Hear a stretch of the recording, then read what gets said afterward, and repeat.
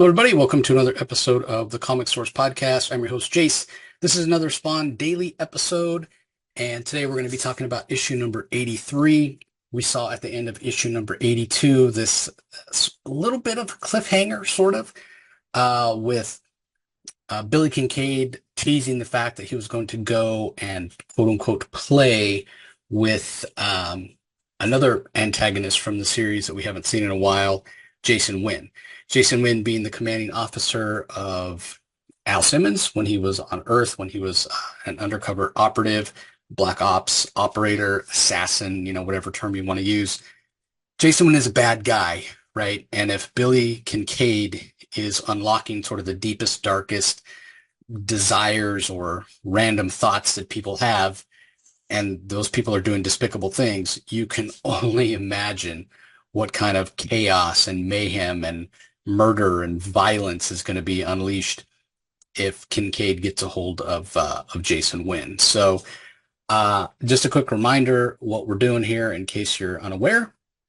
Spawn Daily, we cover an issue of Spawn or a tangential series that's related to Spawn in some way, miniseries, one shot, or what have you, one issue every day, unless it is one of those non-main line, main series stories. Like, so if it's an issue of Spawn, it will always be one issue per episode. But if it's something else, a one shot, it's still going to be obviously one issue per episode, but a mini or a companion series like Sam and Twitch or Curse of the Spawn or what have you, we may cover a whole arc in one episode. If it's really long, we may split it into two or what have you. But typically, that's the way it's going to work. There's a link in the show notes to the reading order that we're using. It was put together by a gentleman named Blake Whitlow. It's a great resource. Go and check it out. You'll know what we've covered already, and you'll know what's coming up if you are so inclined. So that being said, let's go ahead and get into today's issue. Starting with that cover, man, what a cover from Greg Capullo, right? Half of Wynn's face is in shadow. He's got this smirk on his face, like he knows something we don't, and obviously the cigar. So I just love it. Fantastic cover. Really sums up who Jason Wynn is as a character in one simple image. So as we take a look inside the first page, we see the credits here. Plot by Todd McFarlane and Brian Holguin. Story by Holguin. Pencils by Greg Capullo. Inks by Danny Miki. Copy editor and letterer Tom Orzechowski. Colors by Dan Kemp, Brian Holguin, and Dave Kemp. And then we have a synopsis there of issue 82, Spawn finding out Billy Kincaid's back, Kincaid possessing a businessman and taking hostages on a train, including Twitch's kids, or wife and one of his kids, I should say. And then Billy teasing us at the end that he's going to, possess Jason Wynn. So as we turn to the first page here, we see our old writing friend, Ethan Crone. Clear he's a little bit frustrated. He started off thinking Spawn was an urban legend, and he's maybe coming around to starting to believe a little more, but he's certainly becoming obsessed with the idea of Spawn. Wonders how he could be related to all the violence that's going on, and he's very much a cynical writer as well. It's kind of reflected in the things that he's saying as he writes. He's basically saying that the only reason that people don't do bad things is because they have a fear of upsetting the balance of society. I don't know that's true. I mean, an equally cynical but maybe more realistic take is people don't do bad stuff because they're afraid of getting in trouble, going to jail, going to prison, what have you. But this guy's saying, we're born with a taste for blood in our mouth, and since the first caveman took a mastodon rib and clubbed his neighbor to death because he wanted his pomegranate, we have this instinct for violence that's hardwired into us. So again, a very, very cynical way of looking at life. Maybe it comes from growing up in New York City, where it's funny because New York City has this reputation for being a very violent place when the facts don't really bear that out or what have you. But this perception, and he talks about having the voice in your head or whatever, which is sort of prescient, sort of maybe a tangential relation to Billy Kincaid possessing people or what have you. But he definitely is sort of our POV character in a way for Holguin to let us know what's going on, what's been happening. We get this double page spread on the next 2 pages from Capullo. We're told about a woman, an older woman who worked as a lunch lady, and she poisoned a bunch of kids at her elementary school with strychnine in their, does it say what she did? Oh, in their applesauce. That's right. And then she mysteriously dies in police custody later on. Then when there's a road rage incident with a cop who gets stuck on the Brooklyn Bridge and climbs up on the roof of his car and starts shooting at people, and then eventually jumps to his death from the Brooklyn Bridge. Then we're told about another gentleman who, as he always did every day, climbed on the elevator with a bunch of his neighbors to come home from work or go to work, and he pulled out a sawed-off shotgun and killed them all, and then killed himself. So what is it about all this violence? It's certainly feeding into this narrative that Crone wants to write about and believes about how much violence there is in the world. And, it's reinforcing that belief he has that humans just have this instinct for violence. But toward the bottom right of the page, we see Billy Kincaid. We know he's the one that's behind all this. But obviously Crone doesn't. And it's interesting, again, being sort of repression and the mystery of the story and who's behind it or what have you. Crone is speculating, what's driving so many people over the edge lately? What could it possibly be that's possessing them? We know it's Billy Kincaid, but he's saying what's possessing them? Their own humanity. Again, a very cynical, dark way to look at society. You're saying humanity itself is possessing, it's what is causing these people to lash out, causing these people to kill. Again, that's just what a horrible way to live, to believe that. You'd be living in constant fear that anybody would be capable of murder. And I mean, to some extent, that might be true under the right circumstances, but that's certainly not necessarily the case here. But again, we say that knowing that Billy Kincaid is the one behind these murders. Crone has no way of knowing that. Even as I said, he's starting to, it seems like, come around to believing that there is something supernatural and Spawn does really exist and he's not just this urban legend. So on the next page, it's a gorgeous splash page from Capullo, action shot of Spawn. I mean, this is just amazing, amazing artwork. Got the moon glowing in the background. You got some bats flying around, and Spawn is lamenting that Kincaid is back. He thought he's. I will give Spawn a lot of credit for self-awareness, right? Like he's like, I thought I was doing the world a favor by killing him, and he's like, no, that's not true. I wasn't thinking about anything but that he deserved to die because of innocent kids. I did it, because I knew it would make me feel better. I can't, go back and kind of whitewash it or whatever and say I was trying to serve the greater good, but he did deserve to die. But the joke's on me because killing him only made him stronger. And now he's back and he's collecting these souls, when these people that are innocent and in the afterlife would be going to heaven, he's corrupting them by forcing them to do terrible things, and then their souls go to hell. They're tied to Kincaid.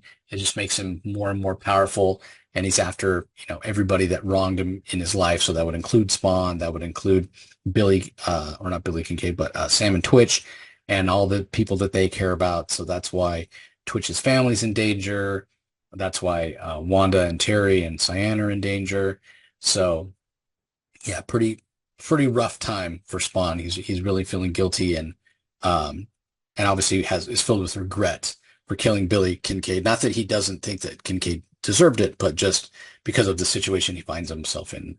Then we get a little meta here as the scene switches to Sam and Twitch in their car, and they're talking about somebody buying a baseball for $3 million. They're referring to Todd McFarlane himself. There's even a photo of him in that bottom panel there. So just kind of funny that they threw it in there. The story of why Todd bought the baseball is really interesting to me. And if you're curious, you can go and look it up and what have you. But I thought it was funny. Definitely of its time a little bit, and McFarlane poking some fun at himself. So as they're sitting there, talking about this and figuring it out, Spawn's like, he shows up in the back seat. He's like, you guys having fun? While people are out there dying, they freak out, kind of like a Batman, or just showing up at the drop of a hat. Nobody hears him coming. And Sam even says, man, should we get a bat signal or something? It's not great for you to sneak up on us. Excuse me. And Twitch is, a little more matter of fact. He's like, what do you propose that we do? Like, this guy's supernatural in nature. That's a little beyond our abilities. And Spawn, he's not taking excuses, right? These guys owe him, and he's trying to get them to do what he wants them to do. And he's like, stop fooling around, figure out how to stop Kincaid. You know what's at stake. And Twitch is like, of course I do. My wife and son were on that train. They were threatened. Um, and if we're joking around at all, it's only because we're trying to stay sane. Maybe you've heard of the expression whistling in the graveyard, something us humans do. And so Twitch is talking back to Spawn a little bit here, and Spawn does respect it. He's like, you got some balls on you, Twitch. I'll give you that. But whatever you think that you're going to do, we need to find a way to stop Billy Kincaid and stop him fast. Again, every time somebody else is killed by Kincaid, Spawn is taking it personally. He feels personally responsible because he's the one that put Kincaid in a position to have these powers, right? So next, the scene switches to Jason Wynn's office. He's talking to some operative about a recent mission that kind of went awry, and they had to dump all the ordnance overboard, apparently. So it sounds like they were running guns or smuggling weapons of some kind. And this guy's like, "Yeah, we couldn't afford to be exposed and risk the mission, so had to dump it all." And Wynn says, "Well, who knows about this? What witnesses were there?" And this guy's like, "No witnesses. They were all eliminated before we reached port. Sorry to disappoint you, but it was a judgment call, and I really had no alternative." And Wynn, to his face, says, "Oh, good job. Thanks for coming through. It's unfortunate that it happened, but at least we managed to not get caught, and no fingers are pointing back at us." And the guy says, "Thank you," and leaves. And then, of course, as soon as he does, Jason Wynn picks up the phone and orders him murdered. So, or taken care of. So typical Wynn, always looking out for himself. And as he sits down, we're told that he has a really bad headache. And it talks about how he used to be a director of this U.S. government agency, and he was reassigned, and now he's head of some sensitive task force in New York. And no one would dare call it a demotion to his face, but facts are facts. He has a lot less power now. And as he's ruminating on this, he has a vision of what looks like this kid that committed suicide. All of a sudden, that like snaps him awake. He's like, what is that? What's going on? He's feeling the pressure, and we're told that he's ready to snap, and all he needs is a little push. And of course, Billy Kincaid's going to be there to give him that push. So we're told that more than anything, what Wynn craves is control. But remember when I was talking about earlier about this idea that Kincaid is able to tap into the deepest, darkest recesses of people's minds? And what he finds in Jason Wynn is even beyond control, there's this recklessness in him. There's this bloodlust. And it goes beyond his like scheming and plan making and what have you. There's a time where he doesn't want to sneak around, and he just wants to be able to be out there in the open and be who he is, which is a killer, right? And we get some gorgeous insets here from Capullo where he's thinking of himself and picturing himself almost like a Genghis Khan, almost like the warlord, the commander of this tribe of marauders. And we're even told that in the distance, Wynn thinks he can hear the thundering, he can hear war drums and the thundering of hooves, like a war horses on the gallop. So meanwhile, Sam and Twitch are at their office, and things are not going well. They thought after they solved the exterminator serial killings that things would be on the up and up, but half their office furniture has been confiscated, their copier's gone, and they're just trying to make do with what they have. And so they have a little bit of a heart to heart with Twitch being worried about his family, and saying that if Kincaid threatens him again, he'll take him out somehow himself. And Sam, kind of ruminating, yeah, I understand. Meanwhile, Spawn is sitting on his throne. Another great splash page here from Capullo. I feel like we've seen this on a poster or something. A very famous picture of Spawn sitting on his throne, and he's trying to figure out what to do. And the skull that he's holding is apparently the skull that was left from the severed head that was left on the doorstep of Sam and Twitch. So that at least that problem for Sam and Twitch has been resolved. Um, so meanwhile, at an all-night diner, Wynn shows up. He's still seeing these visions of being this marauder, this, like I said, Genghis Khan type figure. So he walks in. There's not a lot of people there. It's middle of the night. Woman asks him if he wants a table. He says no, and he pulls out a gun and he just starts shooting. Shoots up the coffee pot, literally shoots every person that's in the diner. And what he's seen in his mind's eye is himself as this warlord, um, chopping the heads off of villagers and what have you with his battle axe. Um, and just these grandiose thoughts in his head about no, wife or mother could stand against him, no child who didn't shudder at the mention of his name. There wasn't a man alive who didn't fear him. No army could stand against him. Like he's really far gone with what Kincaid has done to him. And again, another fantastic image here from Capullo as in his mind's eye, Wynn is seeing himself, winning these wars, taking over villages, burning them to the ground. Just sees himself as the chieftain of this tribe, and the only thing that matters is winning, right? Victory or death, which is very much what Wynn thinks, sort of metaphorically, win at any cost.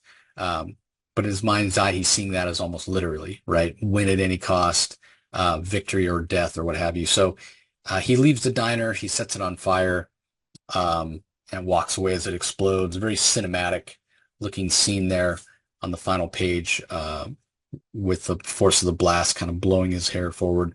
So yeah, Wynn is out there just murdering wantonly. So yeah, not good for the city of New York, to say the least. So it's not too long before Sam and Twitch arrive on the scene, and they're talking to Detective Silbert. He's the one that's been kind of in charge of all this recent violence, all the investigations or what have you, and say any suspects, any leads. They're like, nah, not really. Any evidence was burned up in the fire. They're asking about motives. They're like, who's got motives anymore? I mean, this violence just seems to be almost um, senseless and non-directional at this point. Just stuff just keeps happening and for no rhyme nor reason. And we understand why. It's because it's Billy Kincaid pulling the strings. So it makes it kind of hard to track anything down when he has just random people that are attacking fellow random people that they have no previous relationship or what have you.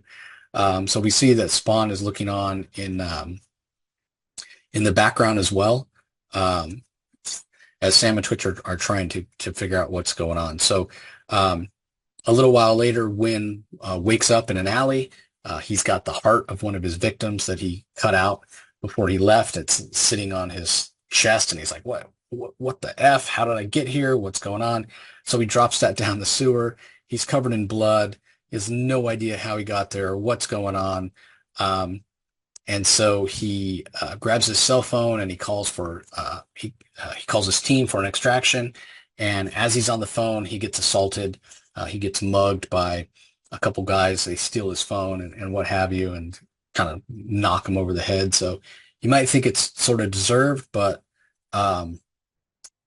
or karmic justice or what have you. But it really leaves Wynn in a bad spot. They take his wallet, they take his phone, they just leave him there for dead. So even Wynn, with his training or what have you, blindsided, disconcerted from not knowing where he is or what have you.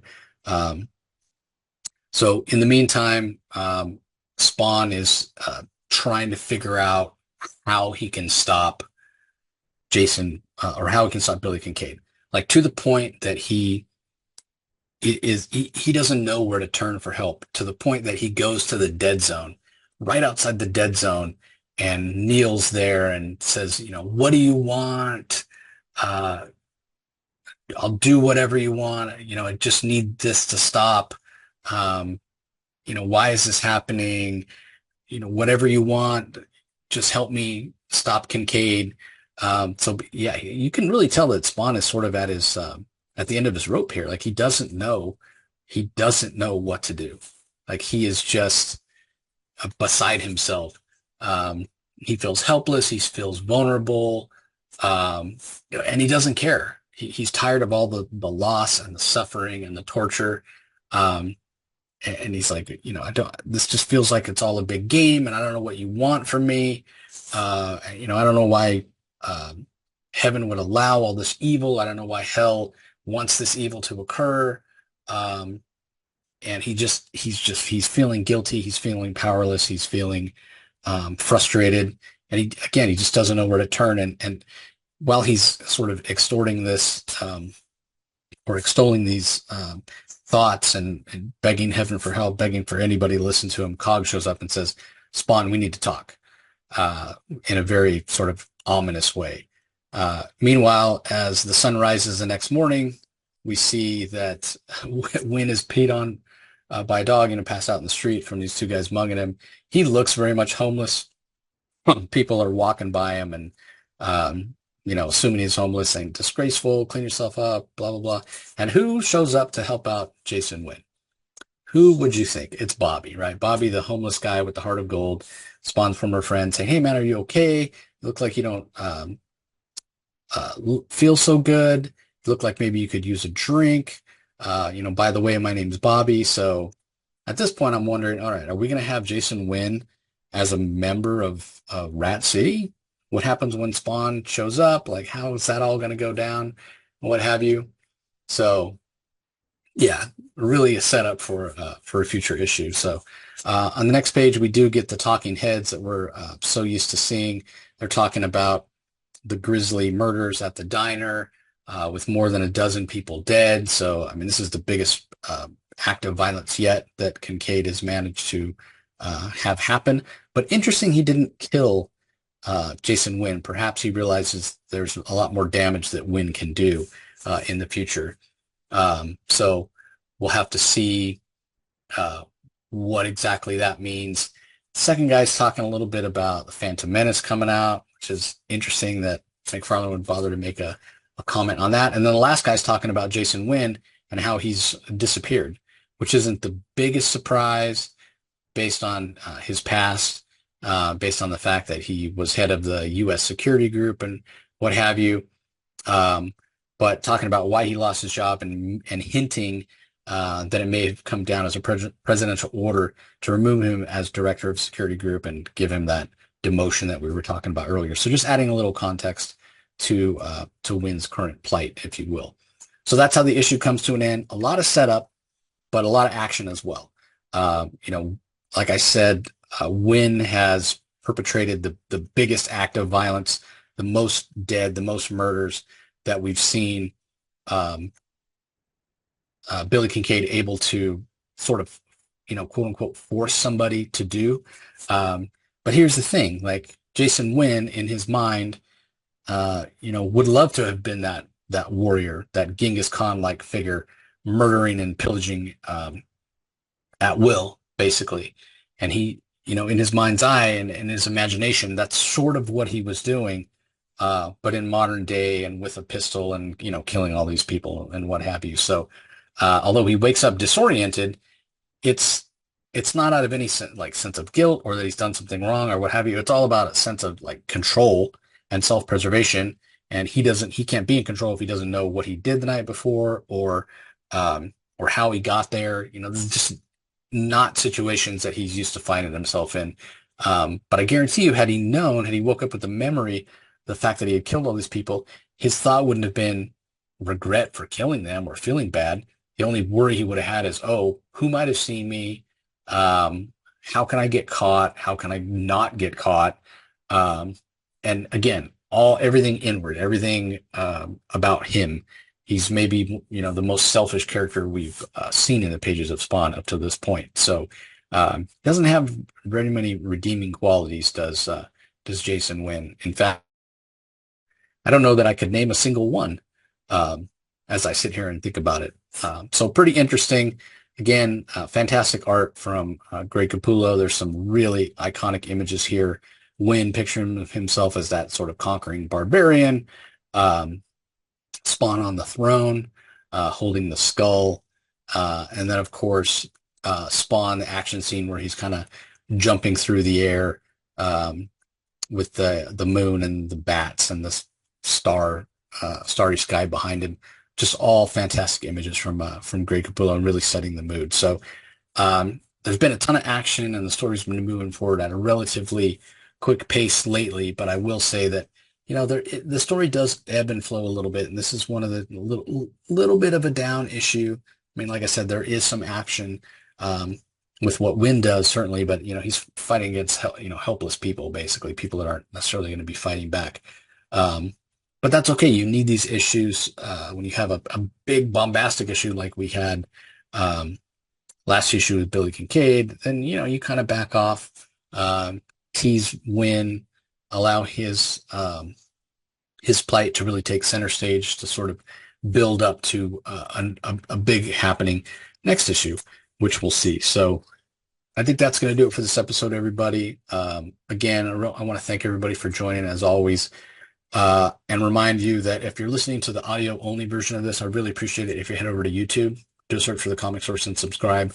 We're getting really close to that 500 subscriber threshold, where hopefully I can monetize and help defray some of the costs of producing the podcast. So if you are checking us out on YouTube and you're curious about the Comic Source and the more than 2,000 audio only episodes that we have, you can do a search wherever you get your podcast, or whatever platform or app or what have you. Do a search for the Comic Source, subscribe. You'll have access to all that audio only content. Starting this year, all the content is still being released as audio only, but also on our YouTube channel. So again, you can find it there. So don't forget, link in the show notes, everybody, to the Blake Whitlow Spawn reading order if you need to check that out as a resource. That's going to do it for this episode. As always, I want to thank everybody for watching, and we'll talk to you next time.